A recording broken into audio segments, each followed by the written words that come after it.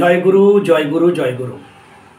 কলিযুগে একটা কথা আছে, জপাত সিদ্ধি জপাত সিদ্ধি জপাত সিদ্ধি ন সংশয় কলৌ নাস্তব্য নাস্তব্য নাস্তব্য গতি রন্যথা। অর্থাৎ কলিযুগে সমস্ত কিছু জপের দ্বারাই সিদ্ধিলাভ হবে। তা সে ঈশ্বরের দিকেই বলুন, তা গ্রহ শান্তির কথাই বলুন, বা আপনার যে কোনো সাফল্য বলুন, তা যদি জপ ঠিক করে করেন তাহলে আপনার সাফল্য কেউ আটকাতে পারবে না। এখন কি জপ আর জপের কৌশলটাই বা কী, একদম এই নিয়ে ছোট্ট ভিডিও সঙ্গে থাকবেন।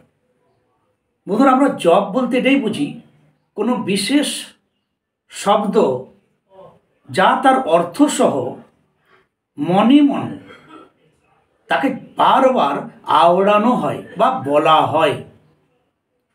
তা যদি মন্ত্র হয় তাহলে মন্ত্রকে মনে মন কৌশলগতভাবে ঠিকভাবে যদি আমরা বারবার আওড়াই, বারবার বলি, তা মন্ত্র জপ হয়ে যায়। ধরুন আপনি ঈশ্বর টিশ্বর মানেন না, আপনি একটা যেনতেন প্রকার সাকসেস চাইছেন, তাহলে মনে মন ওই সাফল্যটাকে বারবার আওড়াতে হবে, তাহলে সাফল্য লাভ হবে। আজকে আমরা কথা বলবো যে মনে মন কিভাবে আমরা জপ করব, জপের মন্ত্র জপের আসল উদ্দেশ্যটা কিভাবে সাফল্য লাভ দেয় আমাদেরকে। বন্ধুরা, মন্ত্র জপের সময় আমাদের বাইরের দরজা বন্ধ করে দিতে হয়। অর্থাৎ এই মন্ত্র জপ হচ্ছে অন্তর্জগতে মনের জগতের জপ। এই প্রসঙ্গে দুটো পয়েন্ট আমাদের জানতেই হবে, যে আমরা মনের মধ্যে, আমাদের শরীরের মধ্যে আমাদের 6টা পদ্ম আছে। সবার নিচে আছে মূলাধার পদ্ম, কুলকুণ্ডলিনী পদ্ম। এই কুলকুণ্ডলিনী থেকে, অর্থাৎ সবার নিচ থেকে হৃদয় হয়ে সহস্রার সবার উপরে আমরাকে সেই ধ্বনিকে ছড়িয়ে দিতে হবে। এই সব থেকে সহজ সরল মন্ত্রের অন্তর্নিহিত কৌশল। এবারে কিভাবে না, ধরুন ওম, তাহলে ওম মন্ত্র জপ করছেন, ওমকে ভাঙলে আমরা পাই অ উ ম, ওম। অর্থাৎ একদম কুলকুণ্ডলিনী থেকে ওম উচ্চারণ হয়ে হৃদয় হয়ে যাবে, সহস্রারে গিয়ে ধাক্কা মারবে, ঠিক অনুরণনের মতো হবে। ওম ওম। কুলকুণ্ডলিনী থেকে হৃদয় হয়ে একদম সহস্রারে গিয়ে ধাক্কা মারছে। এটাই হচ্ছে মন্ত্রের অন্তর্নিহিত জপ। আপনি যাই মন্ত্র জপ করবেন, ধরুন কেউ বললেন জয় তারা, দেখুন জয় তারা জয় তারা, ঠিক ভিতরে কুলকুণ্ডলিনী থেকে ওই ধ্বনিকে হৃদয় হয়ে সহস্রারে পাঠিয়ে দিন, জয় তারা।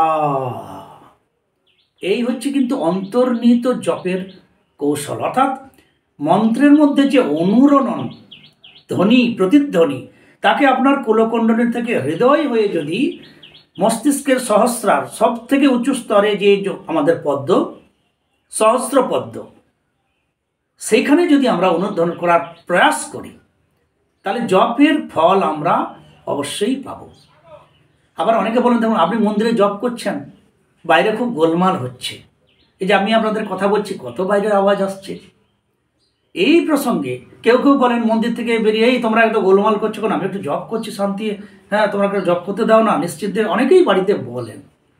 আমি এই ধরনের প্রশ্ন করেছিলাম হরিদ্বারে কুম্ভে এক সাধু বাবাকে, প্রচুর গোলমাল, লক্ষ লক্ষ লোকের সমাগম, তিনি নির্দ্বিধায় জপ করে শান্তভাবে ছিলেন। আমি তাকে একটু সেবা দিলাম, দিয়ে বললাম একটা প্রশ্ন আমার কাছে আছে আপনার কাছে, যদি কৃপা করে বলেন। বলো বাবা, কি প্রশ্ন? বলছে এই যে এত গোলমাল লোকজনের মধ্যে, আমরা তো সাধারণ মানুষ তো জপ ধ্যান করতে পারি না, জপ কী করে করবো, এত গোলমাল কোলাহল, তাহলে এর মধ্যে শান্তি আপনি কীভাবে জপ করলেন? এই প্রশ্ন রেখেছিলাম। উনি বললেন দেখো বাবা, তুমি ভাবছো সবাই গোলমাল করছে, কথা বলছে, তুমি এর মাঝে জব কী করে করবে, যদি তুমি জব করতে পারছো না।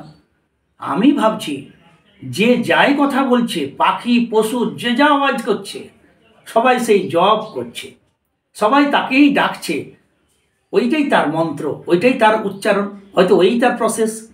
তাহলে সবাই যখন তাকে ডাকছে একসঙ্গে, পশু পাখি থেকে মানুষজন, তাহলে আমি আমার মতো করে আমার গুরুদেব যে প্রসেস দিয়েছে তা নিয়ে ডাকবো।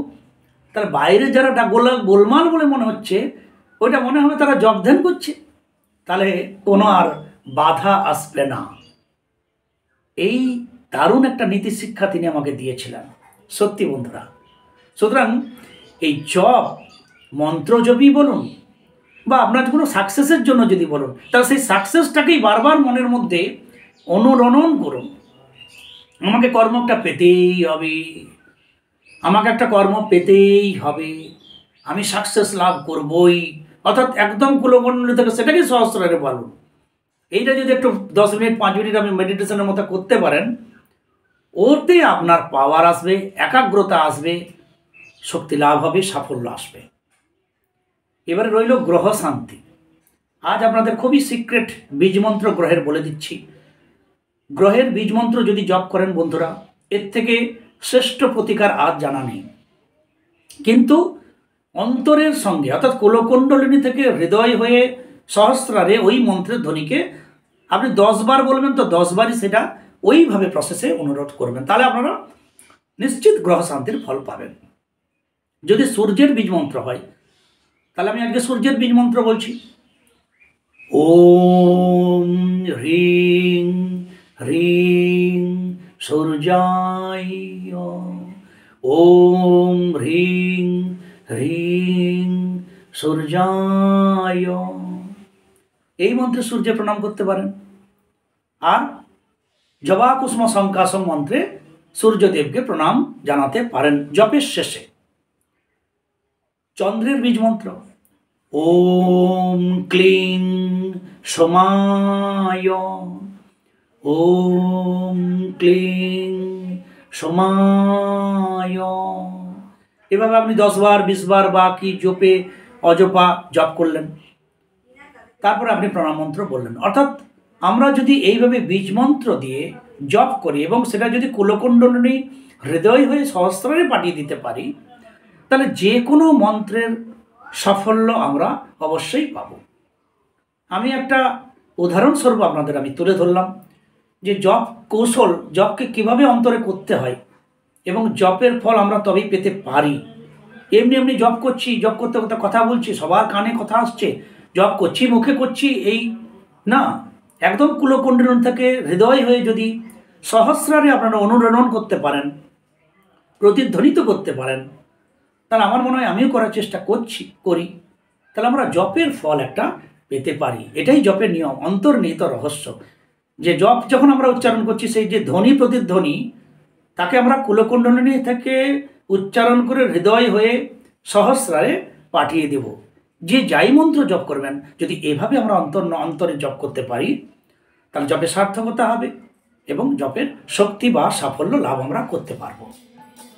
অর্থাৎ আমাদের জপের কৌশল যা কিছু আমরা হৃদয়ে কুলকুণ্ডলী থেকে হৃদয় হয়ে সহস্রার। ও